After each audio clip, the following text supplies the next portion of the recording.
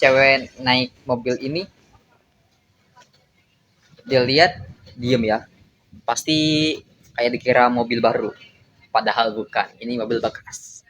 Di dalamnya juga ada head unit Android 9 inch, bisa putar musik juga, AC sudah double blower juga, jok enak, gak bau juga. Ini tahun 2019 ya, mobil Avanza Transmover 2019 tipe standar yang sudah upgrade ke facelift. Emang bikin beda, cuman harganya 135 juta, tampang oke, dalaman oke juga.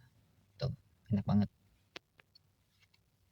Besok kalau pengen kesini bisa ke Pol Bluebird, Marga Satwa, Pondok Labu, Jakarta Selatan. Bisa ketemu saya, Ezri. Kita negosiasi, bisa nego juga nih harganya 135 juta. Datang ke sini ya.